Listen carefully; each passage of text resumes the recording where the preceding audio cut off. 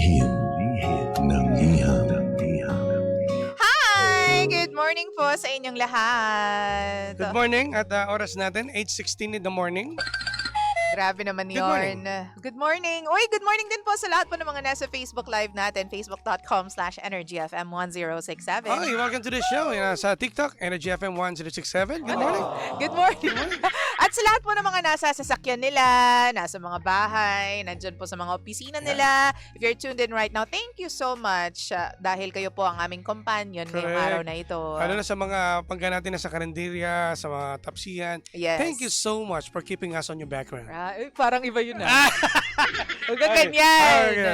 But anyways, eto partner. No? Hmm. Unang-una agad no, sa letter center natin.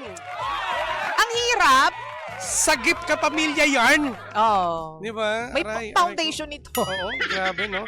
Oy, ano ka ba naman? Grabe ka naman. Para sa ibang mga pangga natin, hindi naman, alam mo yun, hindi naman labag sa kalooban nila yung ginagawa nila. Oo naman, kung gusto naman yung niya. iba di ba? talagang feel naman nilang tumulong. To basta- the point nga, partner, na Oo. minsan nakakalimutan na nga nila talagang gumawa ng sarili nilang buhay. Yung Kasi ang love buhay life, nila, lahat, oo. partner, ang buhay nila is yung pagtulong sa kanilang pamilya. Walang masama yon kung ikaw mismo at bukal sa kalooban mo yan. True. Hindi, tandaan nyo lang hindi obligasyon ng ninyo na lahat ay pag-aralin nyo at magbayad lahat ng mga dapat bayaran ng mga magulang nyo. Hindi obligasyon yun True. Kung ikaw naman sa sarili mo at tumutulong ka, okay yun. Kusang loob yun Oo. Pero kung yung lahat iniasa sa'yo, teka lang. Pero yung parang uobligahin Oo, ka. iba yung dating partner Oo. At ang sakit sa partner at teka lang, ano ba trabaho niya? Oo nga. Isa ba siyang manager? Isa ba may-ari ng negosyo? Oo. Malaki ba ang sweldo? Malaki naman Ako, sweldo. hindi ko lang maintindihan kung bakit parang natatakot siyang mag-say no sa kanyang nanay. Kasi, di ba, hindi naman, paano malalaman ng nanay mo o ng mga kamag-anak mo na hindi ka komportable sa idea na yon kung hindi mo sasabihin sa kanila na, oops, wait, sandali lang, pwede akong tumulong pero hindi ganyan kalala. Dahil una sa lahat, hindi naman ako mayaman. Naintindihan ko sa partner kasi sa totoong buhay kasi partner, lalo na pag ikaw yung anak, no? Kumbaga, naaawa ka. 'Di ba? Halos lahat gusto mong gawin para sa pamilya mo, which is totoo naman, kaya naman natin. Sa bagay. Hindi na kahit nga 'di ba, sabi nga nila, kahit na magkautang-utang ka, basta makapagbigay ka sa magulang mo, para makabayad ng mga bills, gagawin mo Talaga. Kaya minsan yung ating love life nasa set Nakakalimutan. aside natin Naiintindihan ko naman na mabigat at nakakalungkot ang sitwasyon mo, letter sender. Dahil nga alam mo, wala talagang perpekto. Oo. Nakita mo yung jowa mo na, 'di ba? Kasi 'di ba bibihira yung ganito na True. mag-iipon na kayo for the future, True. meron na kayong maayos na trabaho, pero merong kapalit na teka lang, yung magulang ko tutulungan ko. Wait lang ha. Wait lang ha. Teka lang, buti mabait yung boyfriend niya. Oo. Buti pareho sila sa ganyang linya. Oo. Naiintindihan yung mga bagay-bagay. Ako, partner, ang masasabi ko dyan, minsan tama ka dun sa point na siguro naaawa tayo, na gusto natin gawin para sa pamilya natin lahat. Pero kasi ako, partner, naniniwala ako na may parte sa ibang tao na may gusto silang patunayan. Tama Sa, naman. kung hindi man sa sarili nila, sa mga magulang nila. Kasi meron din tayong thinking na ayaw natin i-fail yung magulang natin or ayaw natin na madismaya sila sa atin. Na tipong, kumikita yung anak ko. Kasi para sa atin, malaki yung yung thing na ipagmalaki Yeah, tayo. Na may exactly. pagmalaki tayo. Kaya minsan, tama ka kahit dyan. uncomfortable sa atin yung feeling na, ano ba yan, si sweldo ko, pero ibibigay ko lang sa kanila yung sweldo ko, wala nang matitira sa atin. Kumbaga, magpapakita pa rin tayo na parang wala lang sa atin. Mas nananay kasi na, alam mo, bibihira yung ganun Oo. na ang magulang natin ipagmamalaki. Ay, yung anak ko, ay grabe tumulong sa amin yan. Yan. Ayan, ganito, binibili kami ng ganito, Oo. ng groceries, lahat. Kumbaga ikaw, pag narinig mo sa sarap. magulang mo, ay iba yung feels talaga. Ang sarap sa pakiramdam. Lahat gagawin mo at parang kumbaga parang gusto mo lagi may bago at matulungan mo sila. Lahat ng pangangailangan nila. Oo. Ultimo nga cellphone Yun Pero nga. kapag halimbawa nagre-request na yung magulang mo na teka medyo may kamahalan, Oo. hindi masamang humindi. Yun, ang Hindi sinasabi masamang ko. hindi masamang tumanggi kasi nga 'di ba? Teka lang, ikaw naman ginawa mo naman yung part mo. Kung tatanungin mo kami, total nag-message ka dito, nagbigay ka ng Oo, letter. oo. Kung tatanungin mo nabubulol ako. Kung tatanungin mo kami. Tatanungin mo kami. Oo, Yan, ha? yun Letter totoo. sender, ha? Ang masasabi ko lang dyan is, teka lang, dapat marunong ka rin ding tumanggi. Lalo na sa mga bagay na hindi naman dapat kailangan. Totoo yan. Well, hindi naman natin masasabi, partner, kasi iba-iba talaga yung ugali ng mga tao. Kasi yun nga, yung iba may gustong mapatunayan. Yung iba, they find happiness kapag pinagmamalaki sila ng magulang nila sa ibang tao. Yung iba, simply naaawa sila sa kamag-anak. Kaya sila tumutulong. Pero on what expense? Ikaw, nakakalimutan mo yung sarili mo. 'Di ba? So, sabi nga nila, partner, kung meron kang dapat alagaan muna, unahin mo yung sarili mo. Correct. Kasi you can't pour from an empty cup. Correct. Sabi nila, mahirap ka magbigay ng pagmamahal or tumulong sa ibang tao kung ikaw mismo, hindi mo tinutulungan yung sarili mo. Example, partner, bibilhan mo ng bagong cellphone, yung kung sino man sa pamilya mo. Pero ikaw, yung cellphone mo, warak-warak na. Ano pa, yung, diba? tawag ito, yung... Di keyboard, keypad pa. Keypad pa. Wala naman problema kung yung preference niya. Pero doon sa part na baka mamaya, bibilhan mo ng mamahaling cellphone yung kamag-anak mo, tapos ikaw mismo, basag yung cellphone mo, nahihirapan ka ng pumindot, hindi mo na makita yung keys, hindi mo na makita yung screen. Kumbaga ikaw, yung naghihirap, pero yung iba, pasasayahin mo. Huwag ganun. Tsaka dapat marunong kang pumili. I mean, ganito kung humiling sa iyo ang parents mo na alam mo naman talagang kailangan nila, bigay mo. Pero kung halimbawa sa mga kasi minsan talaga hindi maiwasan na humiling sa iyo ang mga magulang mong luho. Yung cellphone, halimbawa, gusto pa yung mamahalin. Yun. Teka lang muna, pwede namang cellphone na, importante ang cellphone sa atin. Naintindihan naman natin. Pero yung gagamitin lang parang manood ng mga chismis, manood ng mga fake news.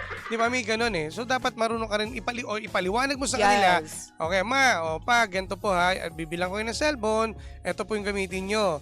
Hindi na kailangan ba, may brand pa yung hinihingi nanay kasi minsan, naobligahan ng mga chismosang kapitbahay. Uy, grabe Mare, hindi ka magpabili sa anak mo ng ganito. Ay, ang gaganda, ang bilis nito, ha? Tsaka maganda yung camera. Hindi para ganun. Ganyan. At naiintindihan ko naman din na yung magulang mo, siguro, na-overwhelm lang eh. Kasi lahat ng gusto nila, nabibigay mo. True. Diba? Pero sana naman, ipaintindi mo sa magulang mo na, ma, ako po ay nagpaplano na, no? Tumatanda na ako, ma. Kailangan ko na pong mag-ipon din for the future at yung aking jowa. Total, kilala naman ng jowa niya. Meron na kami pinag-ipunan pero huwag kayong maglala dahil kahit papano hindi namin kayo kakalimutan. Nandito pa rin kami para tumulong sa inyo at yumabay. Ganon, i-explain. Alam mo, kailangan lang explain na maayos sa magulang mo para maintindihan nila yan. Hindi para ibigay din pati yung tuition ng mga pinsan, partner. Diba? Sa'yo? Hindi ko kinakaya. Bakit ganun? Wala pa mga trabaho yung magulang yan? Oo. Bakit? Di ba sana kung may-ari ka ng isang kumpanya, tulungan mo sila para magtrabaho, hindi magbigay lang ng pera. Totoo. Pagtrabuhin mo. Yan. Alam mo, partner, doon sa part na yun, doon ka pwedeng humindi. Hindi yung tipong, oo ka lang ng oo, tapos ikaw naman yung, di ba, malalaspag yung sarili mo dahil nga sa kakatrabaho, yung mental health, baka mamaya kunin ka ni Lord ng maaga. Diyan papasok yung partner eh. Hindi natin nasasabi ang panahon. True. Kung kailan tayo kukunin. Paano pag nagkasakit ka? Wag naman sana, pero saka huhugot ng pera. Lahat ng pera at naipon mo na ibibigay mo na sa lahat. Nilabas mo na lahat para sa ibang tao. Ikaw wala kang tinira para sa sarili mo. Wala kang savings. Diba? Hindi masamang maging selfish, no? Lalo na kung para sa sarili mo yan. Kasi kailangan mong maging okay. Kasi ikaw yung, diba, walang sasalo sa mga magulang mo pag nagkataon. Pag nagkasakit ka, may nangyari sa'yo, wala kang savings dahil nasa mga kamag-anak mo binigay lahat at para sa mga luho na pwede namang hindi muna, paano kayo? Hindi ko maintindihan bakit yung nanay niyo gustong pati sa mga kamag-anak. May mga ganyan talaga, partner. Kasi lalo na kung hindi nagrereklamo o hindi nagsasabi ng totoo yung anak. Or hindi, alam mo yun, oo lang ng oo. Ipapasalo sa'yo lahat. May mga ganyan, partner. At yung mga kamag-anak naman, gustong-gusto naman na gano'n. Teka lang. So, sa ginagawa mo niyan, ginagawa mo silang tamad. Lalo na yung mga magulang na dapat sila ang kumikilos at anak pa more, di ba? Anak kayo tapos di nyo kayang pag-aralin. Kasi aasan nyo doon sa Letter Center, nakakawa. Nakakawa talaga, partner. Ako yun lang, para sa akin, you have to speak up. Sabihin mo ng klaro sa nanay mo. Sa nanay mo muna. Kasi, syempre, kung mag-away man kayong dalawa, okay lang, magnanay kayo eh. You'll make peace then in just a matter of time. Pero kailangan mong maging vocal at kailangan mong sabihin sa kanya na, ma, ito yung sinisweldo ko. Ito yung gastos ko para sa inyo.